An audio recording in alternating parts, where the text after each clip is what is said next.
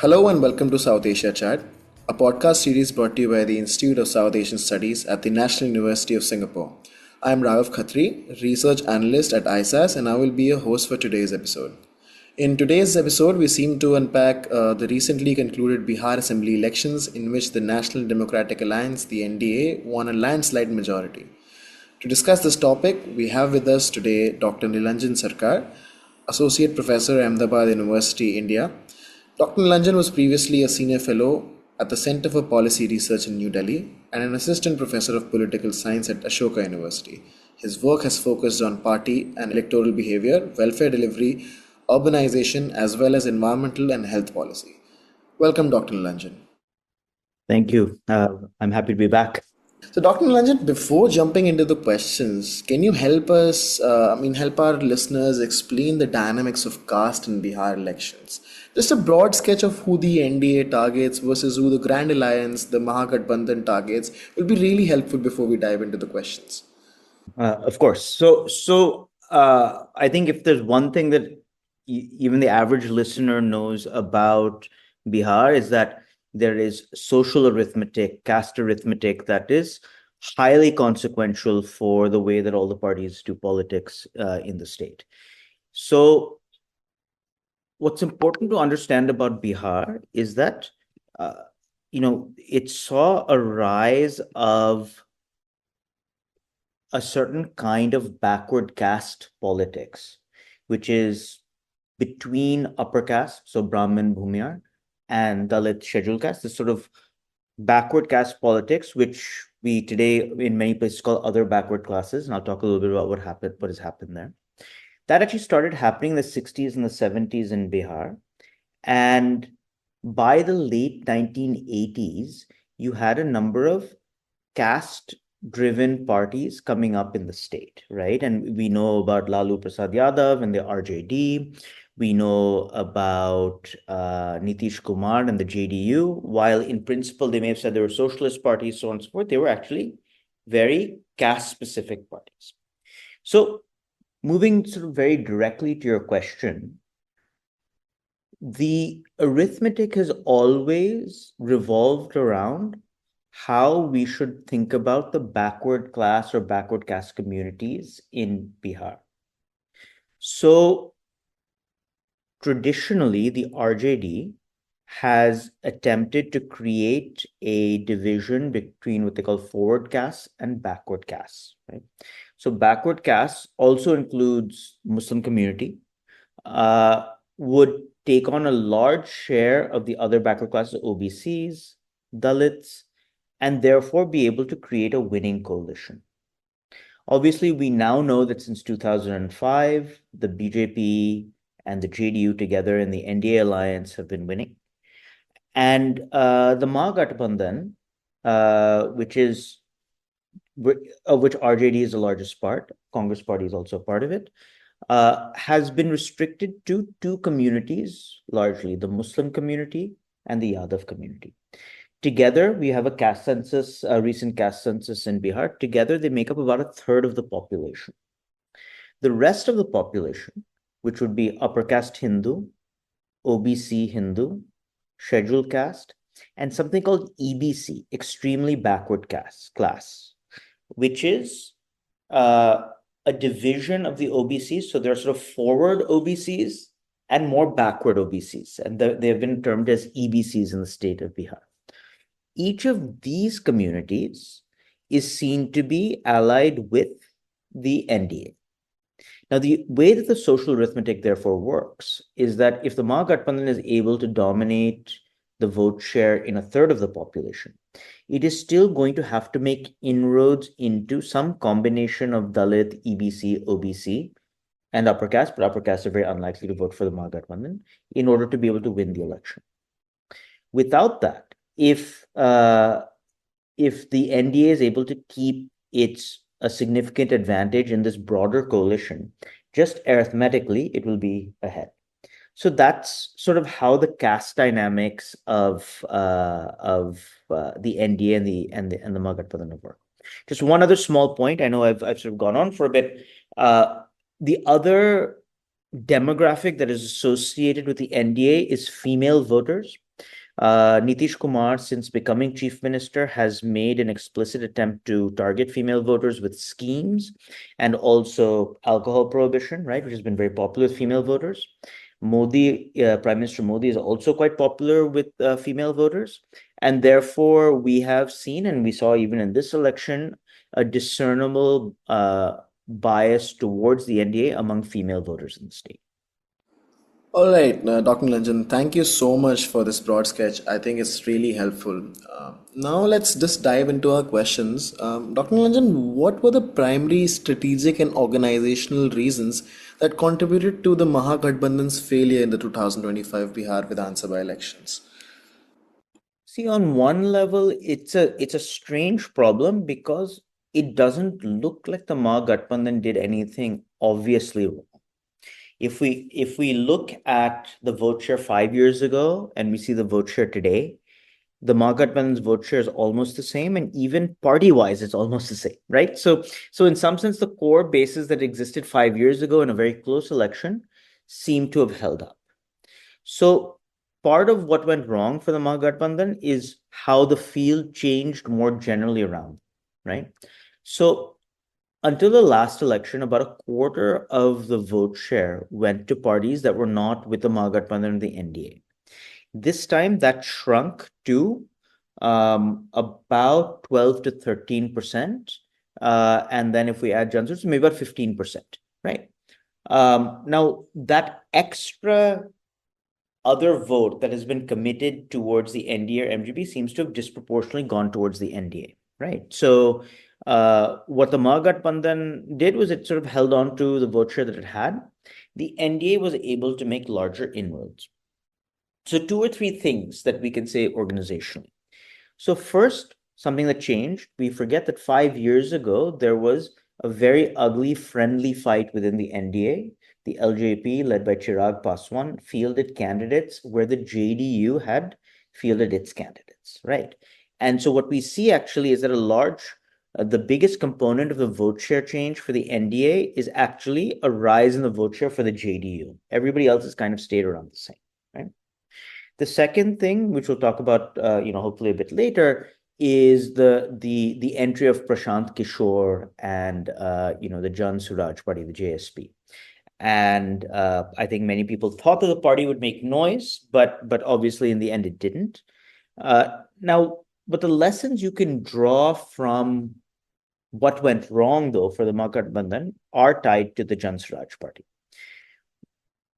One of the things that we noticed 5 years ago is that while the BJP and the NDA do have a certain kind of media dominance, Tejasvi Yadav's critiques about unemployment, migration, cut a lot of ice with the electorate, right?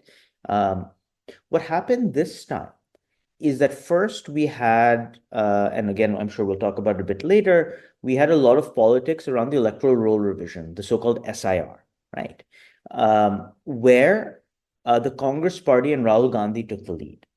Then there was a lot of media attention on Prashant Kishore, even though in the end he didn't get a lot of votes.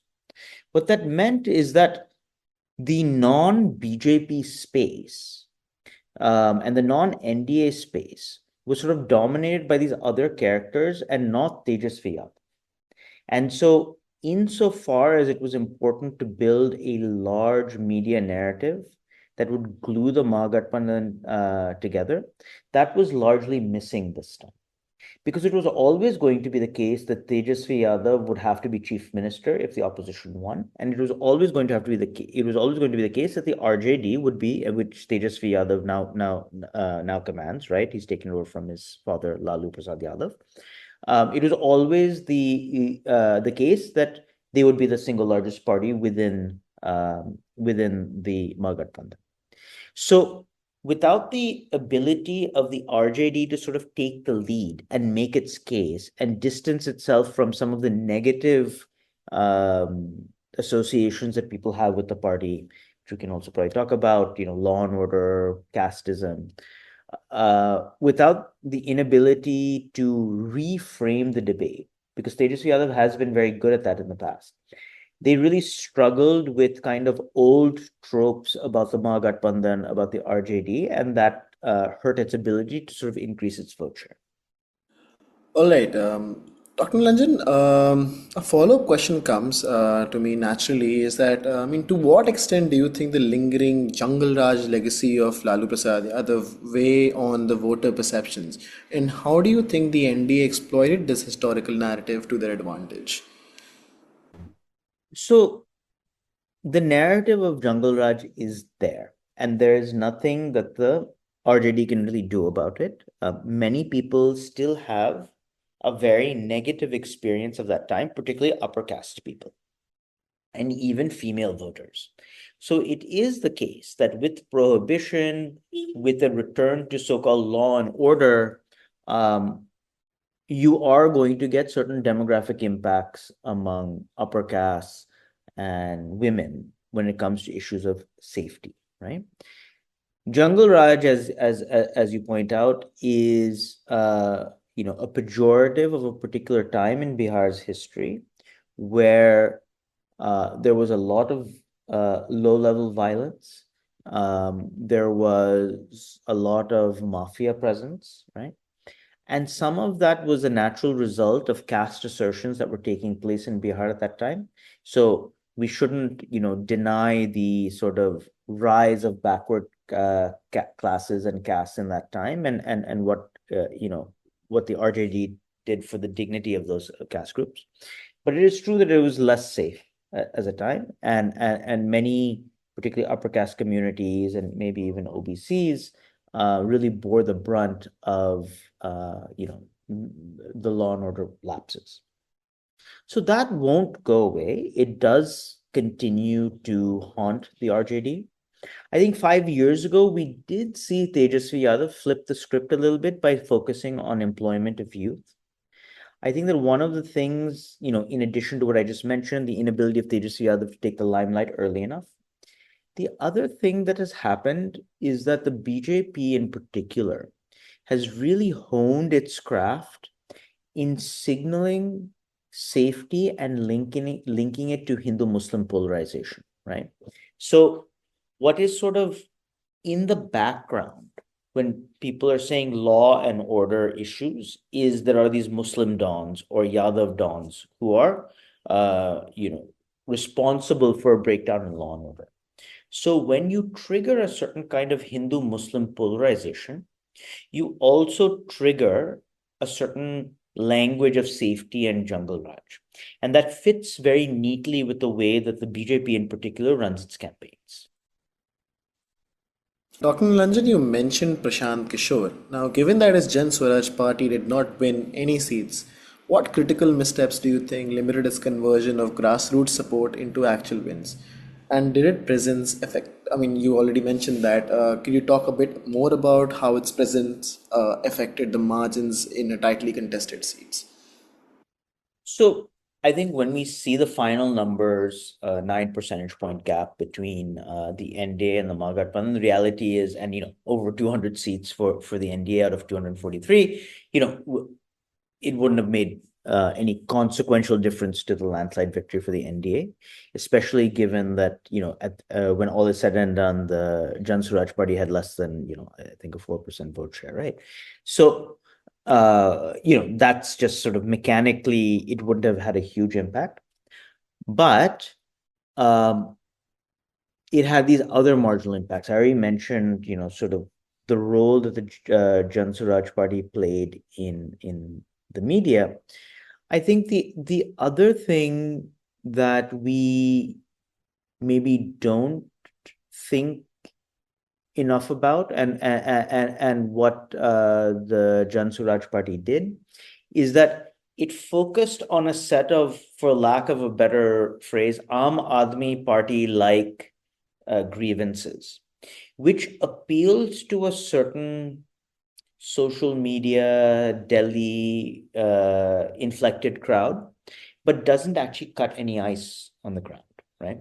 It does, however, start taking away some of these issues of employment and migration and economic well-being that Tejasvi Yadav would like to represent. Right? So I do think that the sheer dominance in media of the Jan Suraaj Party, and from, I think, there's some numbers that I've seen that after the BJP, the next biggest ad spend is actually by the JSP, right? So they spent a huge amount of money on media, but it is not a party that has a traditional caste presence, which is true of all of the other major parties we've talked about. It is not a party that's been around for very long. And it is not a party that I think can credibly yet commit to being able to do the things that it, promises to do. And without that kind of cadre development in a poorer state, it's hard to see how a party like the JSP could rise, right? That's very different than an Aam Aadmi party in a state like Delhi or Punjab or Gujarat. These are all states that are a little more well off. There are lots of people who are online and connected. And perhaps social media campaigns are just that much more effective in those contexts, some more well-off states. But in states, Bihar is as poor as it gets in India, right? It's states with huge caste division, religious division, crushing poverty, where you really need boots on the ground to reach people. It's not clear that a JSP kind of politics can be successful. Moving on, what role do you think the JDU played within the NDA alliance to unify diverse caste interests? And what implications does this coalition have for the future of caste-based politics and governance stability in Bihar? So what I'm going to do is I'm going to refer to some data that I've been working with. So the Data Action Lab for Emerging Societies, DALES, had run a survey of approximately, I think, 7,500 respondents. And so I've worked with the data. It's reasonably representative. It picks up vote shares of, I think, 47-37. So like very close to what ended up happening in the final results. And it gives us some color on how the JDU and the NDA more generally was able to unify across communities and caste groups. So when we look at the data, we started this discussion by saying the Mahagathbandhan has this 1/3 of the population that it dominates the vote share among, and that continues to be the case. So you do see, 60, 70% plus vote share among Yadavs and Muslims even higher for the Mahagathbandhan. But every other major community, right? So the scheduled tribe is a very small population, so I'll say the others. Upper castes vote for the NDA at the highest rate. Then OBCs and EBCs slightly lesser, and then scheduled castes slightly lesser than that. But all of these populations vote for the NDA at a greater than 50% clip, right? So it has a vote share of way more than 50% among each of these communities, more than canceling out whatever advantage the Mahagathbandhan is having with the other parties.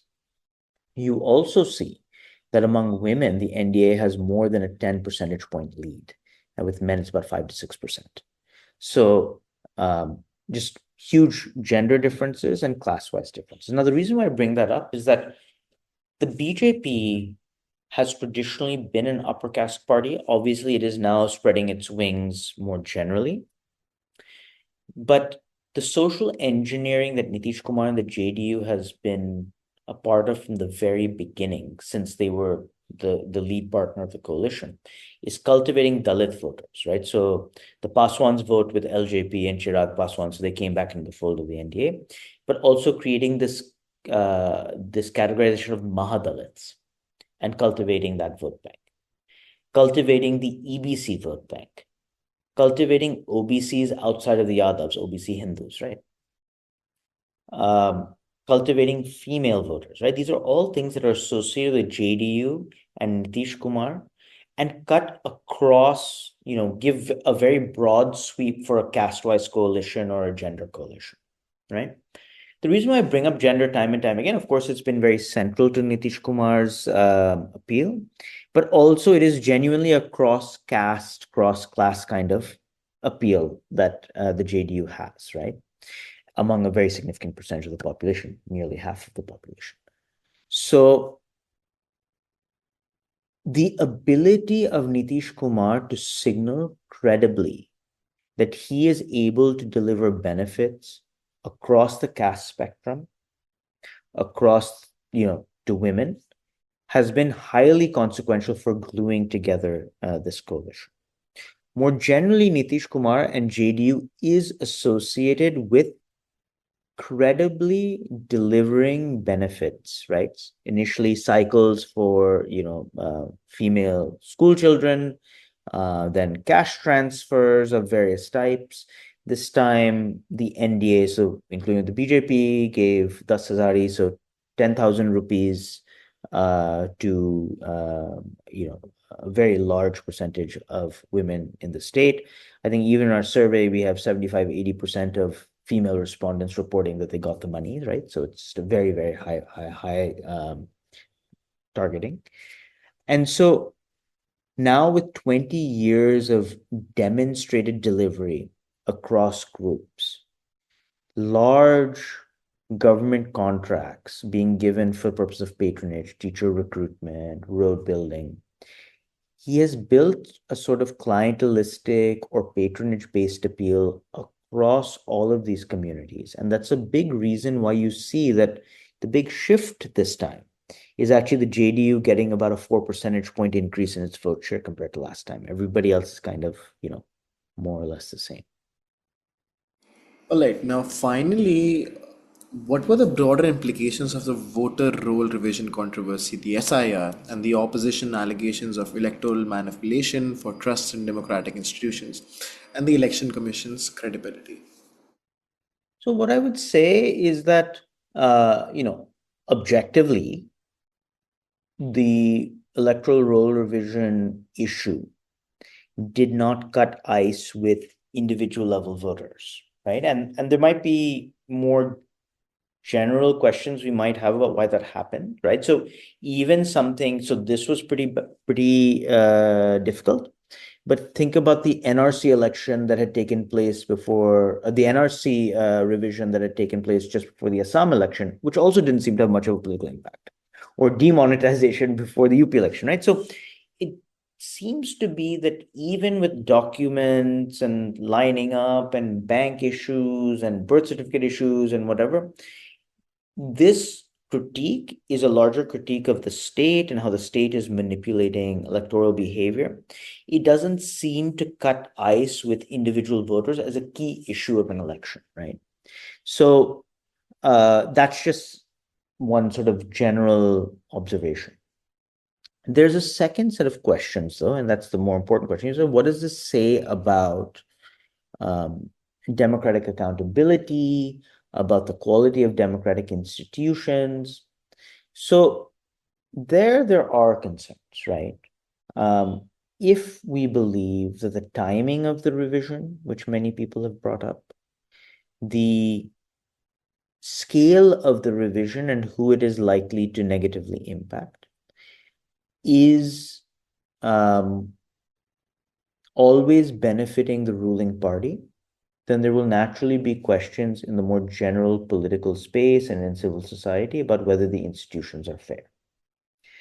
I think when push comes to shove, it was a hugely ugly process, but it does seem like maybe not as big a number of people that we thought would get kicked off the vote rolls did. So that's part of the reason perhaps why it didn't have a negative electoral impact. But I do think that there are serious questions about whether the party or parties that control the government's institutions are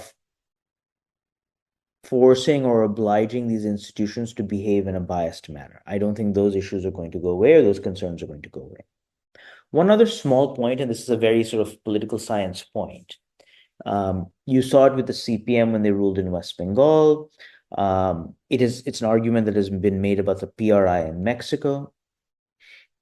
Just as people in Bihar have historically been driven, and even in this election, been drawn to candidates who are criminals because they have the capacity to demonstrate power, organization, get things done. in the same way, we do have some empirical evidence that voters are drawn to political actors and parties that can demonstrate the capacity for domination and institutional manipulation, right? So even if, and so this is a very tricky point, it might be that whatever impact here is only a drop in the bucket. But the capacity to show that you can capture booths in the case of CPM and TMC today, the capacity to show that you can, affect the electoral rules, that you can affect the booth officers, is to demonstrate a kind of local power that says that, in a world in which the state may not have as much capacity as I want, voters are going to be naturally drawn to political actors and political parties who can demonstrate that power. And so there is this other effect of being able to show a certain kind of social and institutional manipulation that actually draws voters. Thank you so much for your wonderful insights, Dr. Neelanjan. Thank you for having me. You were listening to South Asia Chat. To learn more about our work, please visit us at isas.nus.edu.sg. You can also get updates from our social media platforms. We're on Facebook, Instagram, LinkedIn, and X.